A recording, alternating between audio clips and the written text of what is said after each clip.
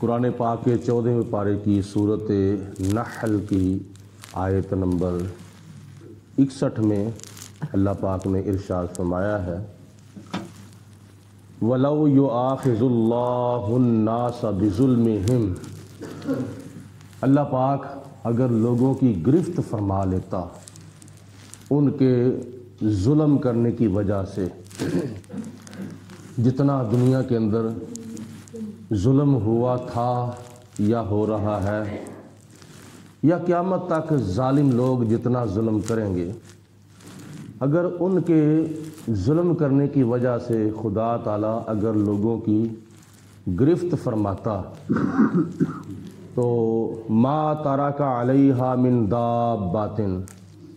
تو زمین پر چلنے والا کوئی بھی نہ بچتا، اللہ تعالیٰ کسی کو نہ چھوڑتا۔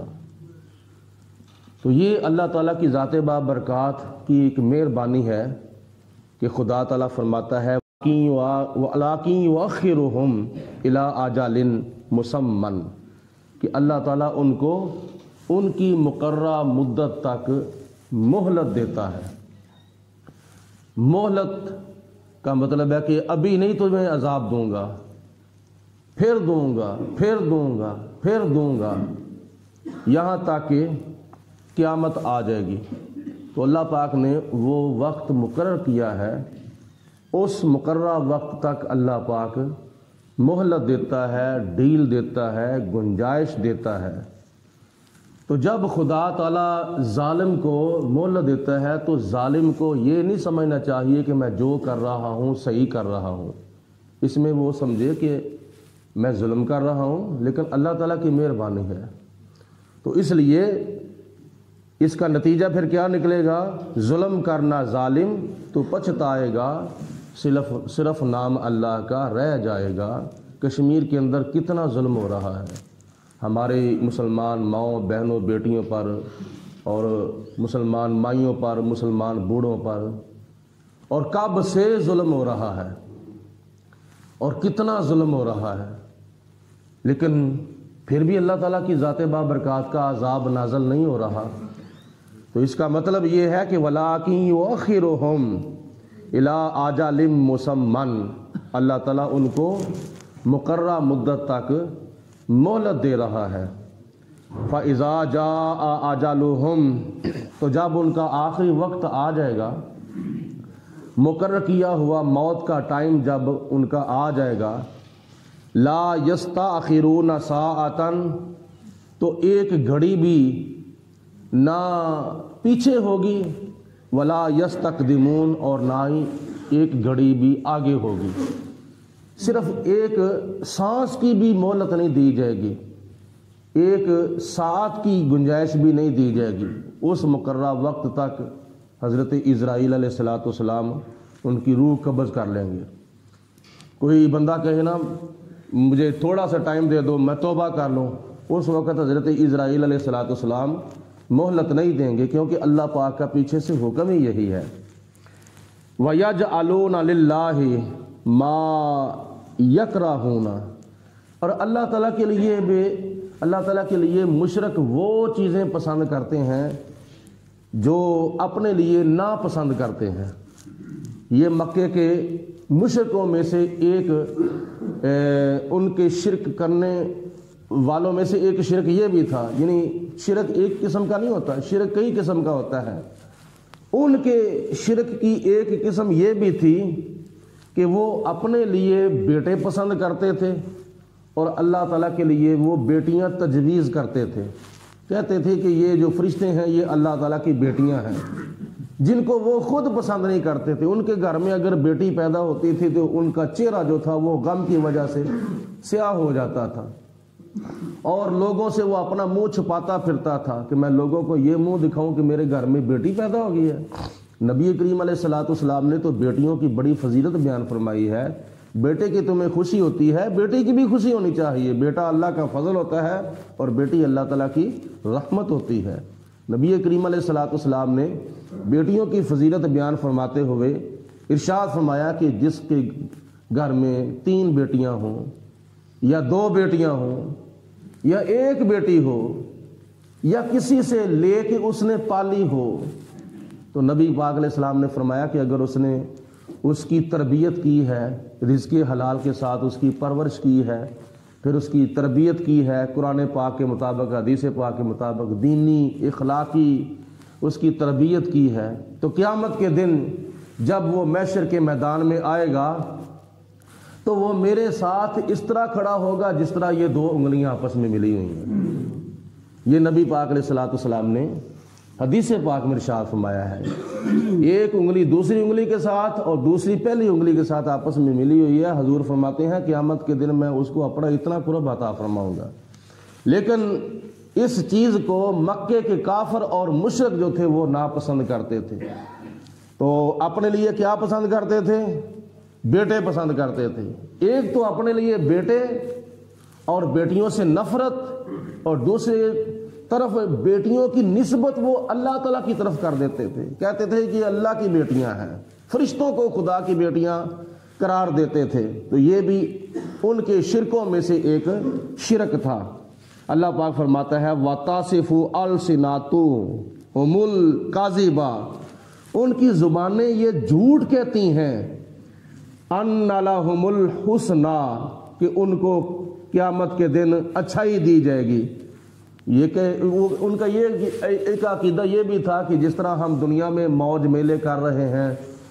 اس طرح ہم نے جب مرنا ہے نا تو مرنے کے بعد کچھ بھی نہیں ہونا، اگر کچھ ہوگا تو پھر جس طرح ہم دنیا کے اندر موج میلے کر رہے ہیں اس طرح قیامت کے دن بھی ہمیں جنت ملے گی۔ یہ بھی ان کا ایک نظریہ تھا کہ اول تو قیامت کا دن آنا ہی نہیں ہے، مرنے کے بعد زندہ ہونا ہی نہیں ہے۔ اگر ہم زندہ ہو بھی گئے تو جس طرح دنیا کے اندر ہمیں عیاشی مل رہی ہے یا موج میلے مل رہے ہیں یا کیا نام ہے دنیا کی ہر سہولت ملی ہے، اسی طرح قیامت کے دن بھی ہمیں جنت ہی ملے گی۔ لیکن خدا فرماتا ہے ان کی زبانیں یہ جھوٹ کہتی ہیں کہ ان کو اچھائی ملے گی۔ لا جرم ان لهم النار، اس میں کوئی شک نہیں ہے، یہ یقینی بات ہے کہ قیامت کے دن ان کو آگ کا عذاب ہوگا،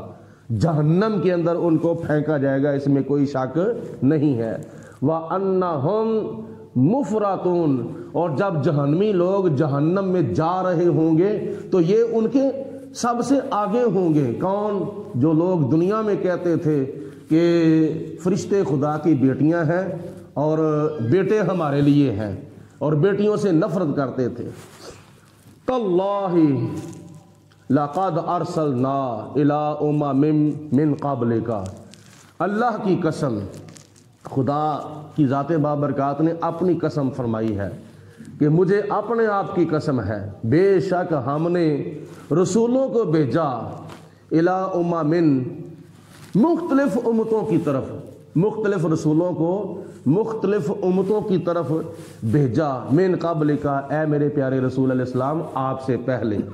1,00,000 نبیوں کو بھیجا،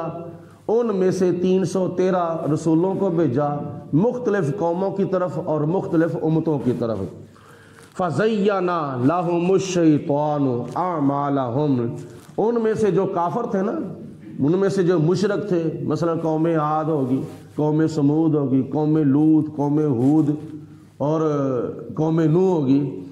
یہ جو سارکش اور ضدی قومیں تھیں، کافر اور مشرک قومیں تھیں، اللہ فرماتا ہے ان کے جو برے اعمال تھے شیطان نے ان کے لیے ان کے برے اعمال خوشنما بنا دیے۔ وہ بد اعمال کرتے وقت یہ نہیں سوچتے تھے کہ ہم برے عمل کر رہے ہیں، بلکہ وہ سمجھتے تھے ہم بڑے اچھے عمل کر رہے ہیں، ہم بہت ہی بہتر اور پیارے عمل کر رہے ہیں۔ تو شیطان نے ان کے برے اعمال ان کے لیے مزین کر دیے اور خوشنما بنا دیے۔ فَهُوَ وَلِيُّهُمُ الْيَوْمَ، تو قیامت کے دن شیطان ہی ان کا دوست ہوگا، جس کھاتے میں شیطان جائے گا اسی کھاتے میں یہ کافر اور مشرک اور برے اعمال کو اچھے اعمال سمجھ کر کرنے والے اسی کھاتے میں جائیں گے جس کھاتے میں قیامت کے دن شیطان جائے گا۔ تو شیطان کس کھاتے میں جائے گا؟ جہنم کے کھاتے میں جائے گا، تو یہ جو اس کے پیروکار ہیں وہ بھی جہنم میں جائیں گے، کیونکہ وَلَهُمْ عَذَابٌ عَلِيمٌ، اللہ فرماتا ہے ان کے لیے دردناک عذاب ہے جہنم کے اندر۔ وما انزلنا علیک الکتاب، اے میرے پیارے حبیب علیہ السلام، جو ہم نے کتاب آپ کے اوپر نازل کی ہے، یہ قرآن پاک الحمد سے لے کر والناس تک، یہ جو قرآن پاک ہم نے آپ کے اوپر نازل کیا ہے، اس لیے نازل کیا ہے الا لتبینا لہم، تاکہ آپ لوگوں کے سامنے وہ بات بیان کر دیں، الذی، جس بات کے بارے میں اختلافو فیہ، جس میں یہ لوگ کافر اور مشرک اختلاف کیا کرتے تھے، یعنی توحید کے معاملے میں، قیامت کے معاملے میں، اور جس معاملے میں بھی یہ کافر اور مشرک اختلاف کرتے تھے، اے میرے پیارے حبیب علیہ الصلوۃ والسلام، ہم نے آپ کو یہ کتاب اس لیے عطا فرمائی ہے تاکہ یہ پڑھ کے ان کو کیا نام ہے سمجھاؤ اور ان کے سامنے یہ بیان کر دو کہ تم جھوٹے ہو، لہٰذا کفر کر کے تم جھوٹ بول رہے ہو، شرک کر کے تم جھوٹ بول رہے ہو، لہٰذا اس اختلاف سے بچنے کے لیے کیا پڑھو، لا الہ الا اللہ محمد الرسول اللہ، وہدن، اور یہ کتاب یعنی قرآن پاک ہدایت بھی ہے، ورحمتن، اور یہ کتاب یعنی قرآن پاک رحمت بھی ہے، کن کے لیے، لقوم یؤمنون، اس قوم کے لیے جو قوم اللہ، رسول، قیامت، فرشتوں، آخرت پر ایمان لاتی ہے، پہلے نبیوں پر، رسولوں پر ایمان لاتی ہے، خدا تعالیٰ کے تمام امور ظاہریہ اور امور غیبیہ کے اوپر جو لوگ ایمان لاتے ہیں، ان ایمان لانے والے لوگوں کے لیے یہ کتاب قرآن پاک ہدایت بھی ہے اور رحمت بھی ہے، واللہ، اور اللہ تعالیٰ نے انزل، نازل کیا ہے، من السماء، آسمان سے، ماء، پانی، یعنی پانی بارش کی شکل میں خدا تعالیٰ کی ذات نے آسمان سے زمین کے اوپر نازل کیا ہے، اور اس پانی کے اندر کیا تاثیر ہے، فَأَحْيَا بِهِ الْأَرْضَ بَعْدَ مَوْتِهَا، جب وہ آسمان سے پانی اللہ پاک نے نازل کیا بارش کی شکل میں، تو اس نے زمین کے اوپر آ کر مردہ زمین کو زندہ کر دیا ہے۔ اس پانی کے اندر یہ اثر ہے کہ اس پانی نے زمین کے اوپر آ کر مردہ زمین کو زندہ کر دیا ہے۔ مردہ زمین کون سی ہے اور زندہ زمین کون سی ہے؟ مردہ زمین وہ ہے جو بنجر ہے، جس زمین کے اوپر کھیتی باڑی نہیں ہوتی، کوئی بیج بویا جائے تو وہ اگتا نہیں ہے، اس زمین کو کہتے ہیں بنجر زمین۔ تو زرخیز زمین زندہ زمین کی مثل ہے، یعنی جو زمین زندہ ہے اس کی وضاحت یہ ہے کہ وہ زمین زرخیز ہے، اور زرخیز زمین کا وہ حصہ ہے جہاں کھیتی باڑی بھی ہوتی ہے، جہاں جو بیج بویا جائے وہ اگتا ہے، اور وہ زمین زرخیز ہے۔ تو آسمان سے پانی زمین کے اوپر جب نازل ہوتا ہے تو اللہ پاک اس پانی کی تاثیر سے کیا کرتا ہے، مردہ زمین کو زندہ کر دیتا ہے، یعنی بنجر زمین کو زرخیز زمین بنا دیتا ہے۔ تو جو رب دنیا کے اندر مردہ زمین کو زندہ کر سکتا ہے، بنجر زمین کو زرخیز بنا سکتا ہے پانی کی تاثیر سے، تو وہ خدا قیامت کے دن مردوں کو زندہ بھی کر سکتا ہے اپنی قدرت کاملہ کے ساتھ۔ ان فی ذالک لآیۃ، یہ جتنے بھی معاملات بیان کیے گئے ہیں، جتنی بھی باتیں بیان کی گئی ہیں، ان باتوں میں نشانی ہے، عبرت حاصل کرنے کی علامت ہے۔ کس قوم کے لیے؟ لقوم یسمعون، جو قوم سنتی ہے۔ کیا کہا ہے آپ نے؟ یعنی جو قوم غور سے سنتی ہے اس کے لیے عبرت کی نشانیاں ہیں، وہ آگے سے سبق حاصل کریں یا نہ کریں، ان کی قسمت ہے، ان کا اپنا نظریہ ہے، وہ کیا نام ہے سبق حاصل کریں، عبرت حاصل کریں یا نہ کریں۔ لیکن اللہ پاک فرماتے ہیں ان آیات بینات کے اندر جو جو چیزیں بیان کی گئی ہیں وہ سننے والوں کے لیے کیا ہے، سبق بھی ہے اور عبرت بھی ہے، یعنی سبق حاصل کرنے کی نشانیاں ہیں۔ تو جو لوگ سنتے ہیں، کئی لوگ وہ ہیں جو سنتے ہی نہیں ہیں، جن کو سننا نصیب نہیں ہوتا۔ بھائی اللہ کے بندو، کیسی تمہاری قسمت ہے، اللہ کا قرآن کھلا ہوا ہو، تمہیں قرآن سننا نصیب نہیں ہوتا، تمہیں دنیا کے کام جو ہیں ان کی فکر اتنی ہے۔ بھائی جتنے بھی نمازی مسجد کے اندر آتے ہیں صبح نماز پڑھنے کے لیے، میں سب کے لیے فکری بات کرنے لگا ہوں، جب نماز آتے ہیں پڑھنے کے لیے، ٹھنڈے ٹھنڈے پانی کے ساتھ وضو کرتے ہیں، جماعت کے ساتھ نماز پڑھتے ہیں، نماز کے بعد چند منٹ کا یہ درس قرآن ہوتا ہے، تو چند منٹ کا درس قرآن چھوڑ کر اس سے زیادہ وہ کون سا کام فائدہ مند ہے جو بندہ دنیا کے اندر جا کے گھر میں جا کے کرتا ہے؟ یا تو کام پہ جانا ہوتا ہے، چلو بامر مجبوری ایسا ہو سکتا ہے، یا دوسری مجبوری یہ بھی ہو سکتی ہے کہ اس کو حاجت رفع ہو جاتی ہے، کیونکہ انسان کا یہ ایک طبعی تقاضا ہے، کسی وقت بھی یہ معاملہ ہو سکتا ہے۔ تو اس میں تو بھی کوئی حرج نہیں ہے اگر کوئی بندہ کبھی کبھار درس قرآن کی محفل کو چھوڑ کر چلا جائے، یا ڈیوٹی کے اوپر جانا ہے تو انہوں نے کیا نام ہے یہ ٹائم ہی رکھا ہوا ہے، اگر نہیں ٹائم پہ جاتا تو وہاں کوئی جھگڑا ہو جاتا ہے تو پھر بھی مجبوری ہے۔ تو اگر کوئی بندہ ویسے ہی گھر میں جا کے بستر میں گھسنا ہو یا باہر سیر کرنی ہو تو پھر اس کی کیا وجہ ہو سکتی ہے کہ قرآن پاک کی اس کی نظروں میں کوئی اہمیت نہیں ہے؟ میں کوئی اپنے باپ دادا کی بات کر رہا ہوں، یہ جو اٹھ کے انہوں نے ایک روٹین بنائی ہوئی ہے جانے کی، ان سے پوچھو نا ذرا کو، کبھی کبھی پوچھا کرو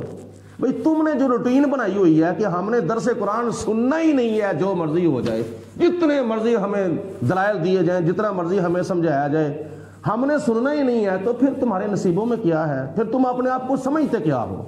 کیا تمہارے پاس زیادہ علم آ گیا ہے جو تمہیں ہضم نہیں ہو رہا، یا جو علم حاصل کرنے کے بعد تمہیں اور کوئی بات اللہ رسول کی سننا مناسب ہی نہیں، یا تمہارا ایک مائنڈ ہی نہیں ہے، تمہارا خیال ہی نہیں ہے،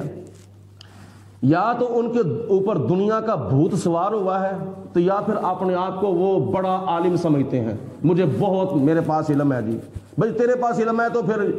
اس علم کا کیا کرنا ہے جس علم کی وجہ سے تیری اکڑ ہی نہیں ٹوٹ رہی، تیرے دماغ سے غرور و تکبر ہی نہیں جا رہا، تمہیں کسی کے ساتھ سلام لینے کی توفیق ہی نہیں ہے، تو پھر اس علم کا کیا فائدہ ہے؟ یہ قرآن پاک ہے، اور اللہ کے پیارے محبوب حضرت محمد مصطفیٰ صلی اللہ علیہ وسلم کے فرمان کے مطابق یہ جو محفل ہے درس قرآن کی، یہ جنت کا باغ ہے۔ کیا ہے؟ بولو، جنت کا باغ ہے۔ تو اس جنت کے باغ کے اندر بیٹھا بیٹھا بندہ بغیر مجبوری کے، بغیر شرعی عذر کے اٹھ کے چلا جائے تو پھر اس کو اپنے نصیبوں کے اوپر غور کرنا چاہیے۔ نماز بھی تو پڑھتا ہے نا، نماز کی جو قرات ہے امام صاحب لمبی کر دیں یا چھوٹی کر دیں، یہ ان کی مرضی کے اوپر ڈپینڈ ہے۔ کبھی قرات لمبی بھی ہو جاتی ہے، کبھی چھوٹی بھی ہو جاتی ہے، وہ بھی تو سنتا ہے نا قرآن پاک۔ اگر قرآن پاک تلاوت نماز کے اندر تو سن سکتا ہے، تو کیا قرآن پاک جو وضاحت ہے وہ نہیں تو سن سکتا؟ بس اپنے دماغ سے کچھ کام لینا چاہیے، غور و فکر کرنا چاہیے کہ اگر میں نماز کے اندر تلاوت سن سکتا ہوں، اگر میں نماز کے اندر